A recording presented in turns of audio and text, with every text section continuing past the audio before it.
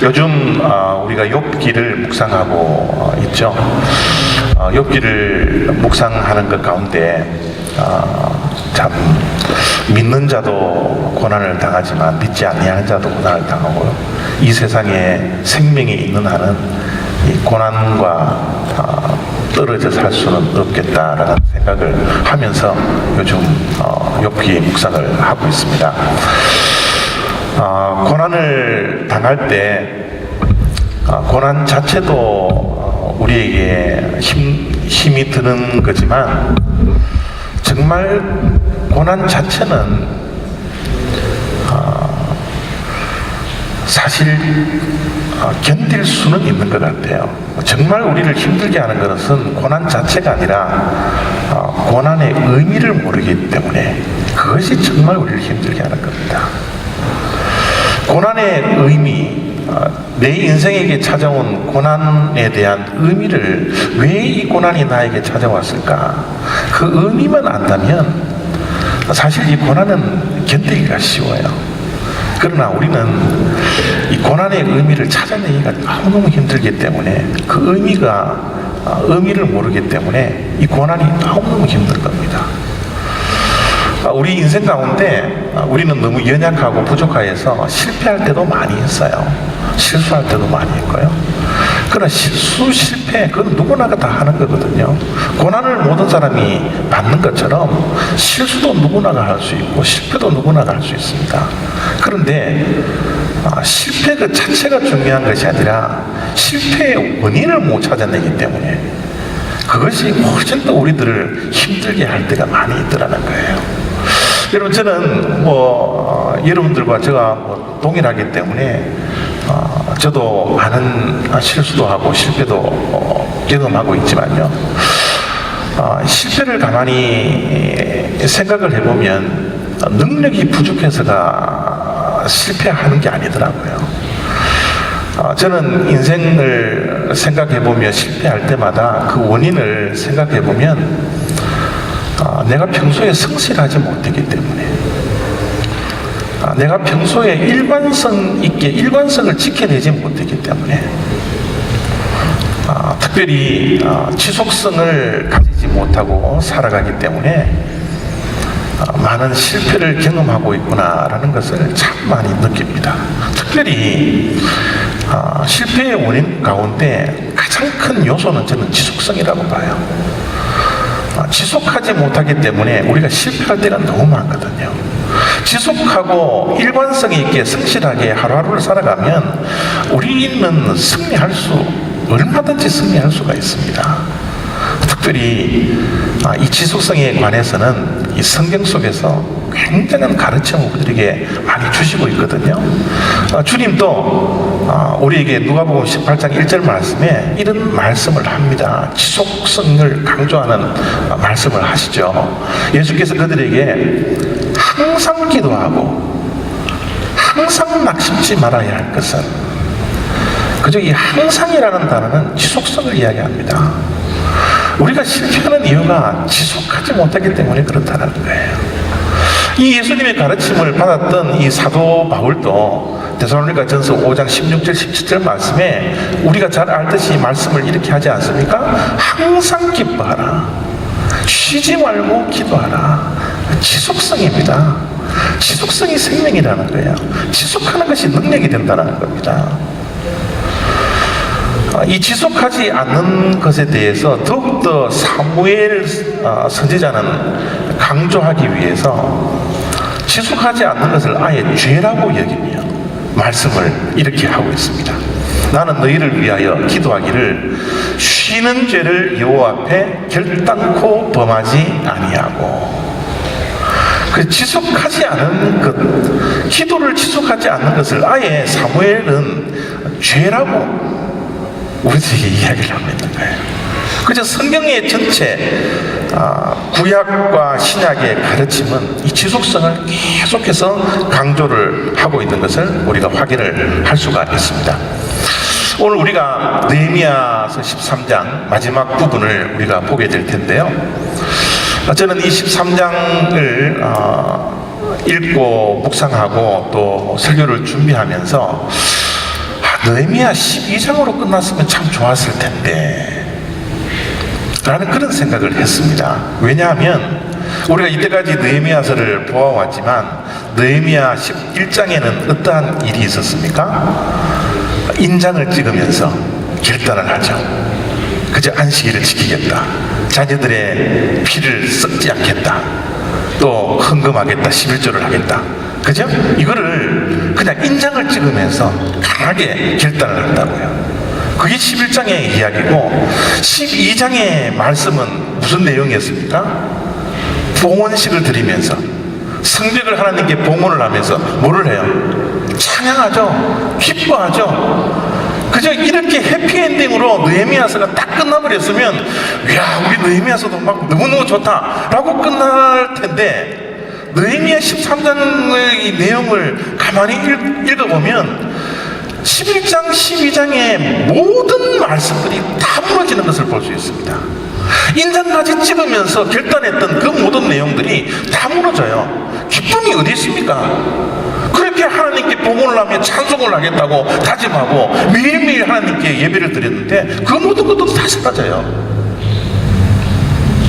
이 13장이 해피엔딩으로 끝나는 것이 아니라 새드엔딩으로 끝난다는 거죠. 지속되지 않습니다. 지속하고 싶지만 지속되지 않는 것을 볼 수 있는 거예요. 왜 하나님께서 해피엔딩으로 느헤미야서를 마치지 아니하고 왜 이렇게 슬픈 모습으로, 안타까운 모습으로 느헤미야서를 마치게 할까? 과연 이스라엘 백성들이 그렇게 인장을 찍으면서 다짐하고 결단했던 그 신앙의 결단들을 왜 지속하지 못했을까? 왜 실패하고 말았을까? 이 원인을 우리가 오늘 말씀을 통해서 분석하기를 원합니다. 이 실패의 원인을 알고 지속하지 못했던 그 원인을 우리가 파악을 하고 우리의 신앙생활 가운데서도 왜 지속되지 못하고, 왜 우리가 결단하고, 왜 우리가 받았던 은혜들을 지속시키지 못하는가, 거기에 대한 원인들을 오늘 말씀을 통해서 보기를 원하는 것입니다. 13장을 가만히 읽어보면 이스라엘 백성들의 신앙과 개혁이 완전히 무너지게 했던 한 포인트가 있습니다. 이 한 포인트로 인하여서 모든 것이 무너지거든요. 그 원인이 뭐냐면 느헤미야 13장 6절 7절 말씀인데요, 그때에는 내가 예루살렘에 있지 아니하였느니라. 느헤미야가 그 총독으로 파송이 되었기 때문에 예루살렘의 성벽을 완성을 시키고 봉헌식을 드린 다음에 아닥사스다 왕에게 모든 것을 보고를 하기 위해서 이제 예루살렘을 떠났던 것 같아요. 떠나고 거기 며칠 동안 머무르고 있는 그때에 이스라엘 백성들이 신앙이 다 무너져 버립니다. 여러분, 지도자 한 사람이 그 자리를 비우는 그 순간 다 무너져요. 그래서 느헤미야가 무너져 있는 그 모습을 예루살렘에 돌아와서 보게 되거든요. 보게 되면서 이런 말씀이 이어집니다. 내가 예루살렘에 이르렀어야 엘리야십은 예루살렘의 제사장입니다. 엘리야십이 드비야를 위하여 하나님의 전뜰에 방을 만든 악한 일을 안지라. 갔다 와서 보니까 이스라엘 백성들이 그렇게 인장을 찍어가면서 결단했던 그 모든 것들이 무너져 있는 것을 알게 되거든요. 그래서 느헤미야도 왜 이렇게 무너지게 되었을까를 조사를 하고 생각을 해보니까 그때 제사장으로 있었던 이 엘리야십이 드비야에게 성전에 있는 방 하나를 만들어 주었던 것을 알게 된 거예요. 여러분, 드비야라는 사람의 이름을 느헤미야서를 읽어보면 많이 등장하게 됩니다. 여러분, 드비아가 누구예요? 이스라엘 백성들이 성벽을 완성하기까지 얼마나 반대를 했던 사람인지 몰라요.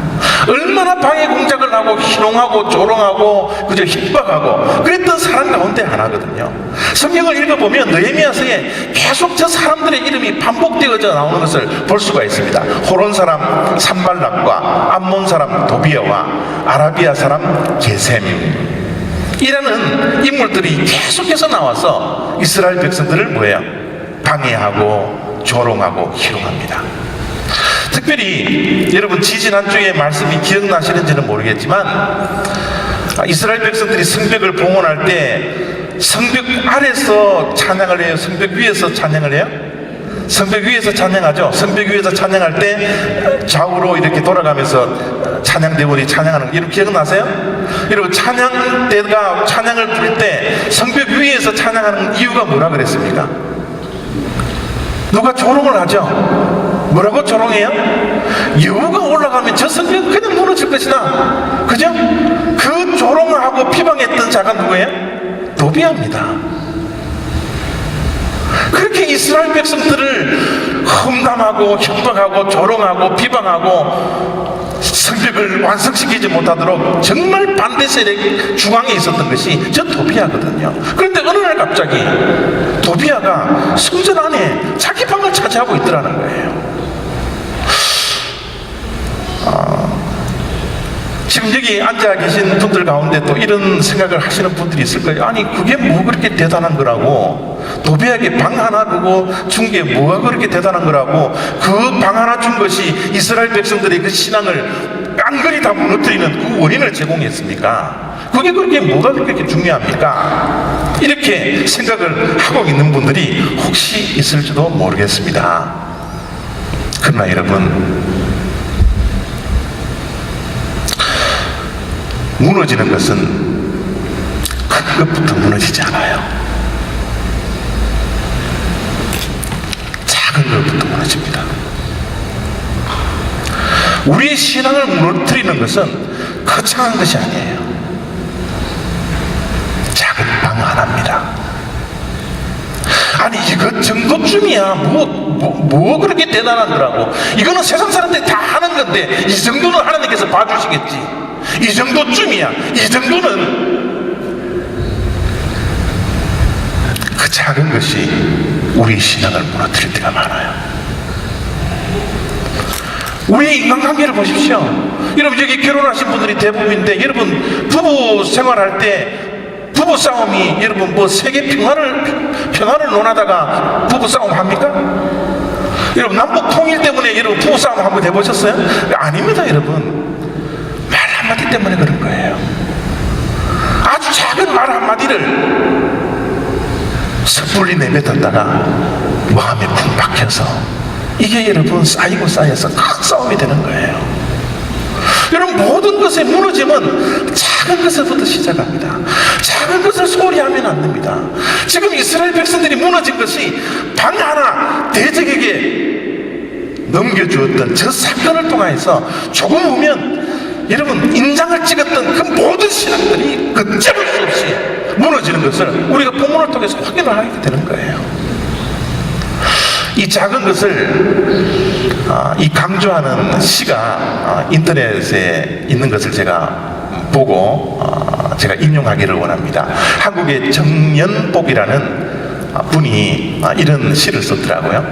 내 마음의 풍경을 바꾸어 놓는 것은 결코 큰일이 아니라, 거창한 것이 아니라 눈에 잘 띄지도 않는 작은 것들이다. 찰나에 스친 누군가의 다정한 눈빛에 내 마음은 따스한 모닥불이 되고, 가시도 친 누군가의 싸늘한 말 한마디에 내 마음은 한여름에도 겨울이 된다. 참 동의가 되지 않습니까? 어떤 찰나에 내한테 따뜻한 눈길을 주었던 그 눈빛이 내 마음을 녹이는 거예요. 어느 한순간에 작은 말 한마디 던진 것이 비수가 되어서 상처가 되고 내 삶에 여러분 마음이 무너지는 것을 우리가 얼마든지 경험할 수 있는 거예요. 그 작은 것이 아닙니다. 우리를 무너뜨리는 것, 사단 마귀는 그 작은 것을 가지고 우리를 공격하는 것이 아니라 아주 작은 것을 가지고서 우리를 공격하더라는 거예요.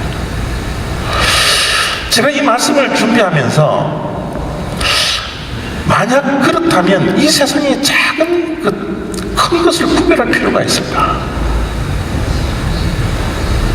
우리는 큰 것을 중요하게 생각하고 작은 것을 한찮게 생각할 수도 있지만 사단 마귀가 우리를 무너뜨릴 때 작은 것으로부터 공격을 한다면 이 세상에 작은 것이 없구나, 이 세상에 큰 것이 존재하지 않구나, 모든 것이 소중하고 모든 찰나가 소중하고 모든 순간순간이 얼마나 소중한지 모르겠다. 그런 생각을 했습니다. 여러분, 우리가 예수님을 영접하는 것도 여러분 우리 인생을 다 바쳐서 여러분 우리의 인생이 하나님께 헌신되는 것이 아니라 하나님의 말씀 그 한마디 때문에 우리가 하나님의 말씀에 순종하여서 헌신할 수 있거든요. 여러분, 우리가 드리는 이 한 예배, 우리 인생 7, 80년 되는 90년, 100년 되는 이 인생 가운데 한 예배를 잘 드림으로 말미암아 이 순간에 하나님의 성령의 기름 부음을 통하여서 우리가 하나님께 헌신하지 할 수 있지 않습니까? 작은 것입니다. 순간입니다. 우리가 드리는 이 작은 예배, 찬양, 이 말씀 한마디 한마디가 우리를 변화시킬 수 있다는 이 귀한 생각을 하면서 순간순간에 최선을 할 수 있고 작은 것에 순종할 수 있는, 최선을 다할 수 있는 우리가 될 때에, 그렇게 우리가 긴장하며 살아갈 때에 우리는 무리를 지지 않을 수 있다는 거죠. 이것쯤이야, 이 정도쯤이야. 작은 것에 실패하지 않는 저와 여러분 다 되시기를 부탁드립니다. 여러분, 에덴 동산을 생각해 보세요. 그 모든 것들을 하나님께서 다 먹으라 그랬어요. 근데 선악과 그 하나, 그 작은 것 하나, 그거 먹지 말라는 거거든요. 그러나 우리 인류의 실패는 작은 것에서 실패하잖아요. 그 선악과를 따먹잖아요. 그래서 여러분, 모든 인류가 여러분이 원죄에 다 여러분 영향력에 빠질 수밖에 없는 그런 엄청난 일들이 그 작은 실수 때문에 이 죄악된 세상으로 변모가 되지 않습니까? 요즘 매스컴을 통해서 들으신 분들이 많겠지만 이 미국 개신교 국가인, 기독교 국가인 이 미국이 이제 개신교 성도가 과반수가 안 되고 48%에 불과하다라는 그 보도를 여러분들 많이 들으셨을 거예요. 그리고 여러분, 저는 기독교 인구가 48%라고까지 그러는데 48%도 안 되는 것 같아요. 지금 미국은요. 여러분, 이 미국이 왜 이렇게 무너져 가고 있습니까? 왜 이렇게 무너졌어요? 한 사람의 정책 잘못입니다. 케네디 대통령이 학교에서 기독교 교육을 시키지 못하고 주기도문을 외우지 못하고 사도신경을 암송하지 못하고 기독교인들끼리 모이지 못하게 했던 그 정책한 것 때문에 미국이 걷잡을 수 없이 무너져가고 있는 거예요. 도덕이 무너집니다. 신앙이 무너집니다.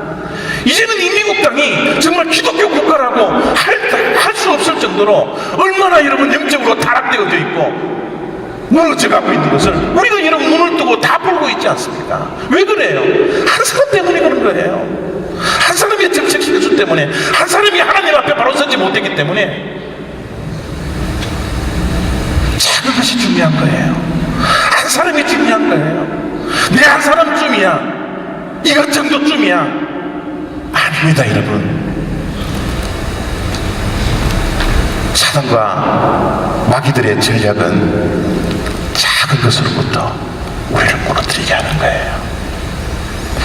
그래서 우리 올리브교회 성도님들 한 분 한 분은 정말 이 세상에는 작은 것, 큰 것 구별하지 마시고 잘 긴장하시면서 우리의 신앙을 마지막까지 지속시킬 수 있는 저와 여러분 다 되시기를 부탁드립니다. 이렇게 무너져가고 있는 이스라엘 백성들을 보면서 느헤미야가 해결책을 던져줍니다. 우리를 분석했기 때문에 해결을 던져줘요. 그 해결책이 뭔지 아세요? 말씀으로 돌아가는 거예요. 말씀으로 돌아가는 거예요. 13장 1절입니다. 그날 무너져 있는 것을 확인한 그날 모세의 책을 낭독하며 백성에게 들렸는데 그 책에 기록하기를 암몬 사람과 모압 사람은 영원히 하나님의 총회에 들어오지 못하리니. 하나님의 말씀을 들려주는 겁니다. 하나님의 말씀을 귀에 들려주도록 낭독해 주는 거예요.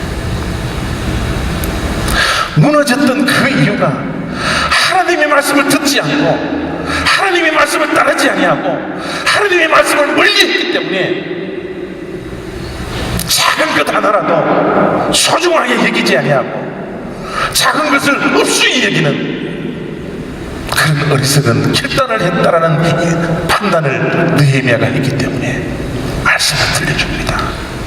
여러분, 이스라엘 백성들이 참 놀라운 것은 이렇게 말씀을 들려주니까 여러분 말씀을 그대로 순종하는 것을 볼 수 있어요. 백성이 이 율법을 듣고 곧 섞인 무리를 이스라엘 가운데서 모두 분리하였느니라. 율법을 듣는데 그치지 않았습니다. 율법을 낭독하는데 그치지 않았어요. 이스라엘 백성들은 하나님의 말씀을 듣고 그들이 잘못된 것을 깨닫고 그들이 무엇을 잘못했는지 잘못된 것을 분리하기 시작했습니다. 여러분, 우리의 신앙의 지속성은 이 끈이 되어야 합니다. 이 끈을 놓아서는, 이 끈을 멀리하고서는 이 끈을 없이 내기다가는 우리의 신앙이 날마다 실패할 수밖에 없는 거예요. 하나님의 말씀을 가까이 해야 합니다. 하나님의 말씀의 끈을 놓지 않아야 합니다. 그래야 우리의 신앙이 지속될 수 있는 거예요. 그래야지 작은 것에도 충성할 수 있는 그런 능력이 우리들에게 생겨날 수가 있다는 겁니다. 말씀을 읽는 데 그쳐서는 안 됩니다. 말씀을 듣는 데 그쳐서는 안 됩니다. 말씀을 깨닫는 데도 그쳐서는 안 됩니다. 말씀을 몸부림치는 데도 그쳐서는 안 돼요. 말씀대로 사는 데까지 결단하시고 변화받아서 우리가 말씀대로 살아갈 수 있도록 순간순간마다 힘쓰셔야 합니다. 말씀대로 살려는 그 몸부림 그 너머의 결단들이 우리들에게 존재해야 합니다. 그럴 때 우리의 신앙의 승리가 찾아올 수 있는 거예요.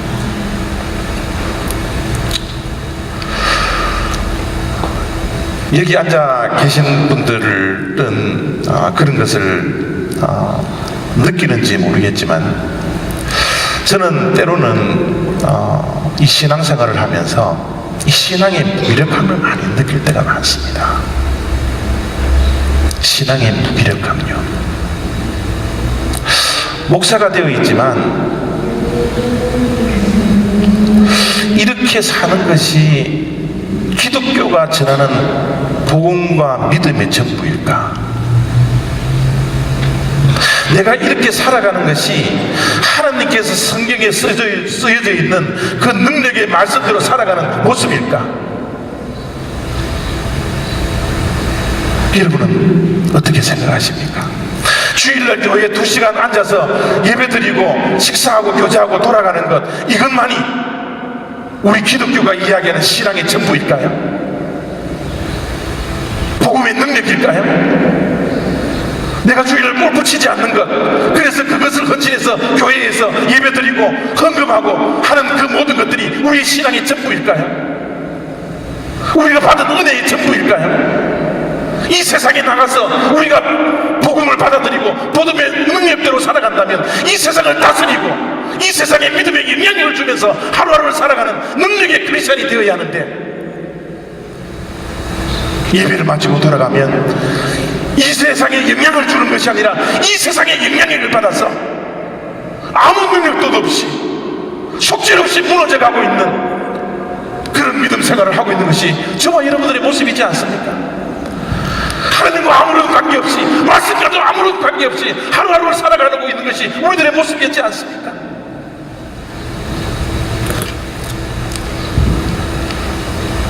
예수님께서 베데스다 연못가에 38년 된 병자 앞에 와서 딱 한 가지 질문을 던집니다. 38년 된 병자 앞에서 예수님께서 던지는 질문 하나는요, 내가 낫고자 하느냐? 내가 낫고자 하느냐? 여러분, 무기력함은 학습되는 겁니다. 38년 동안 제자리에 앉아서 무기력하게 소망을 가지지 아니하고 자기가 안전병에가 되어 있는 이 모습을 그냥 받아들이고 뛰어놀고 걸어다니지 못하는 것이 내 인생이다, 내 팔자다, 아무런 능력 없이 거기에 앉아서 학습되어져 있기 때문에 예수님을 만나도 내가 낫고자 하는 그 의지가, 그 의욕이 상실되어져 있었던 겁니다. 그래서 예수님은 묻는 거예요. 내가 낫고자 하느냐? 너가 무엇을 원하느냐? 그 38년 된 병자는 무기력했습니다. 아무것도 할 자신이 없었어요. 일어나려고 했던 그 의지마저 상실되어져 있었기 때문에 예수님께서 그 병자를 보면서 너 낫고자 하냐? 물었던 겁니다.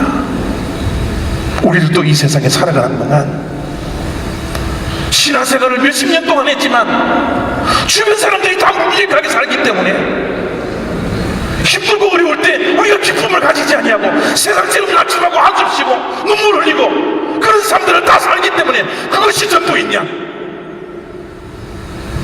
우리의 신앙의 능력을 가지지 못하고 내가 일어나 천국을 향하여서 높이 날아야 될 그런 정체성을 가지고 있음에도 불구하고 땅에 기고 있는 이 모습이 전부인 것처럼 아무런 능력 없이 아무런 힘도 없이 살아가고 있는 이 영적인 무기력함을 가지고 살아가는 것이 우리들의 모습이지 않습니까?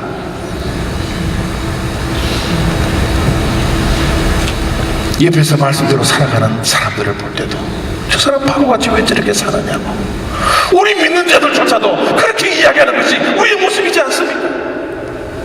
저렇게 정직하게 살아서 저렇게 착하게 살아서 어떻게 이 세상을 살아가겠노라고 우리가 손가락질하는 것이 우리 그리스도인이지 않습니까? 우리 신앙의 능력이, 우리 신앙의 힘이 이것이 전부가 아닌데, 예배드리는 이 한 시간이 전부가 아닌데, 우리가 받는 은혜가 이 예배 시간만이 아닌데 말 한마디에 무너지고 서로 용서하지 못하고 서로 사랑하지 못하고 십자가의 용서를 경험을 했지만 베풀지도 못하는 아무런 능력 없는 그런 사람들을 살아가는 것이 우리의 영적인 무기력함이지 않습니까? 이스라엘 백성들도 인장을 찍으면서 그들이 결단했는데 왜 말씀대로 살아가지 못할까요? 우리 믿는 자들이 말씀대로 살면 하나님께서 능력을 주실 줄 알고 말씀대로 살아가고 싶지만 말씀대로 살아가지 못하는 그 이유가 뭘까요? 매일매일 실패하는 이유가 뭘까요? 우리의 결단들이 지속되지 못하는 그 이유가 뭘까요?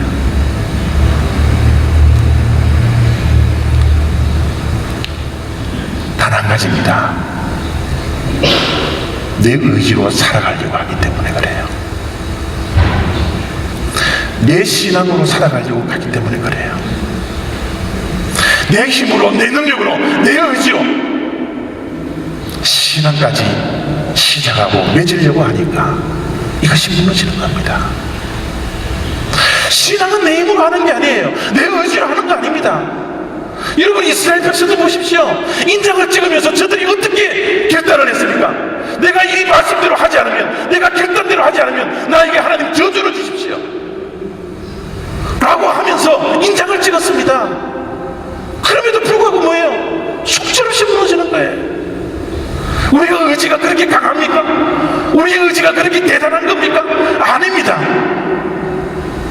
하나님께서 도와주시지 아니한다면, 하나님께서 우리에게 능력을 더입혀 주시지 아니한다면, 하나님께서 도와주시지 아니한다면, 하나님의 은혜를 주시지 아니한다면, 하나님께서 우리를 긍휼히 여겨주시지 아니한다면 우리 이 신앙을 지속할 수가 없어요. 그래서 느헤미야서를 마치면서 여러분 이런 기도를 하는 겁니다. 내 하나님이여, 나를 위하여 이 일도 기억하옵시고 주의 크신 은혜대로 나를 아끼시옵소서. 내 하나님이여, 나를 기억하사 하나님께서 나에게 복을 주시옵소서. 하나님이 하셔야 됩니다. 하나님이 도우셔야 돼요. 내가 하나님께 기도해야 합니다. 나를 내려놓아야 합니다. 나를 비워야 합니다. 내 신앙으로, 내 일심으로, 내 의지대로 우리 신앙은 결코 지속될 수가 없어요.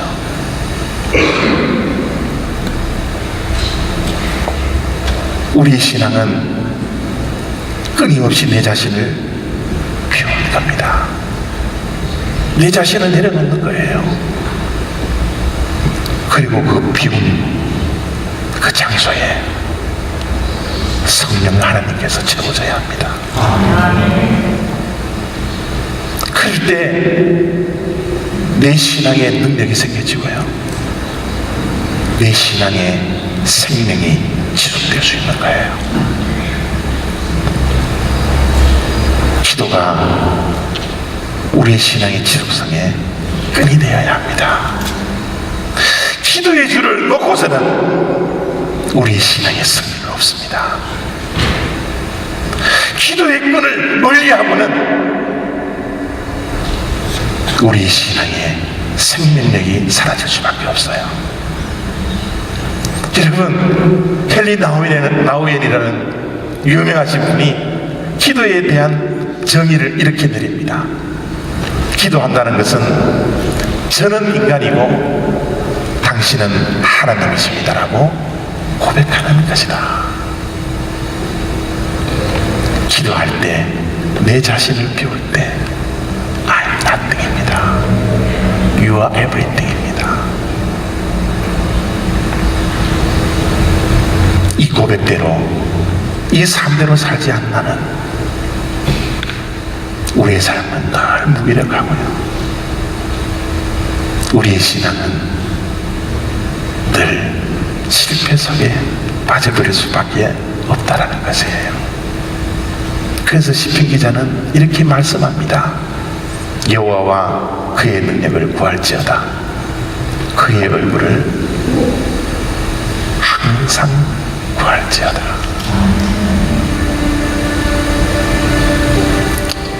사랑하는 성도 여러분, 느헤미야서를 마치면서 어떤 마지막 말씀을 우리 성도님들에게 남겨야 할까? 기도하는 가운데 하나님께서 이런 내면의 음성을 주셨어요.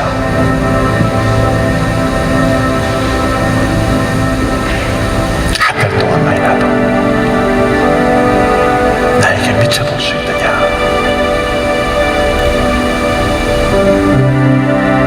강목사, 한 달만이라도 나에게 미쳐봐라.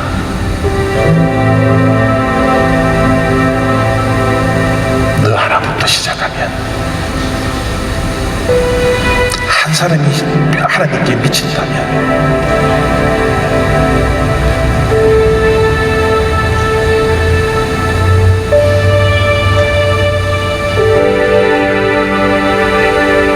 우리 올리브교회가 살 수 있고, 우리의 가정이 살 수 있고, 이 사회가 살 수 있지 않겠느냐. 저는 감히 여러분에게 말씀드립니다. 한 달만이라도 하나님께 미치십시오. 아니, 일주일만이라도 하나님의 말씀대로 살겠노라고. 하나님 앞에 일주일 동안만이라도 내가 무릎 꿇고 내 인생의 모든 문제를 주님 앞에서 해결받겠노라고. 정말 미쳐서 눈물을 흘리며 미쳐서 춤을 질질 흘려가면서 하나님 앞에 무릎 꿇고 기도할 수 있는 그 사람들이만 됐다면,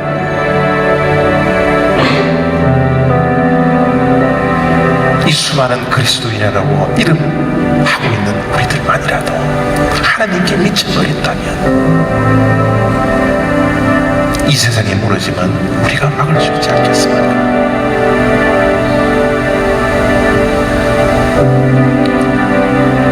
내 예배를 마치면서 기도의 끈, 말씀의 끈, 아주 작은 것이라 할지라도 놓지 않으려고 하는 그 결단들을 통하여서 우리의 신앙이 지속되고 최후의 승리를 얻고 하나님께 주시는 그 영광의 면류관을 얻을 수 있는 저와 여러분 다 되시기를 부탁드립니다. 기도하겠습니다.